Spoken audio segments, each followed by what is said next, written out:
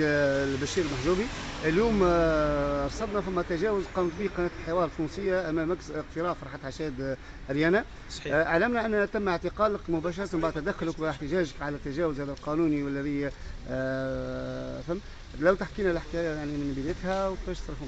بدايتها يعني نحن داخل مركز الاقتراع داخل نسمعوا في معناتها خوضه ومظاهره يا باجي يا باجي صوتوا الباجي صوتوا الباجي. خرجت لبرا نشوف الحكايه نلقى قناه التونسيه تصور في مجموعه من المواطنين قاعدين يرفعوا في شعارات سياسيه لطرف مترشح رئاسي معين يحتاجين على المساله وكذا وكل شيء.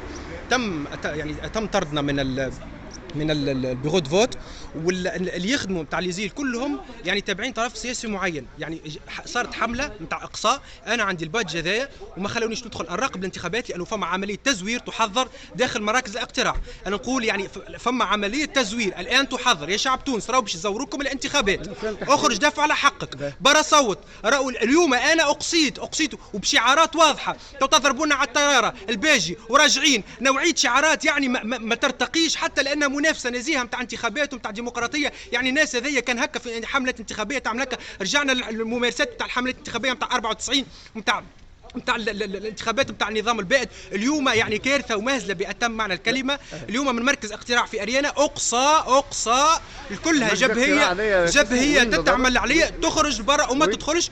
يعني كارثه. وين المركز الاقتراع هذايا؟ مركز الاقتراع في اريانا فرحات حشاد. نعم. وانت تم اعتقالك في الشرطه بعد؟ لا، خرجوني ما خلونيش ندخل جمله. يعني البيرو هذا ما تدخلش، وتم يعني الشعارات اللي يرفعوا فيها نوعيه استفزاز يعني نتاع الباجي وتضربونا على الطياره وكذا، وتم تعنيفي ضربي بالبونيه وانه تخرج. ناس قاعده تضرب بالبونيه في مركز الاقتراع، قاعدين يحضروا في عمليه تزوير كبيره. شكرا.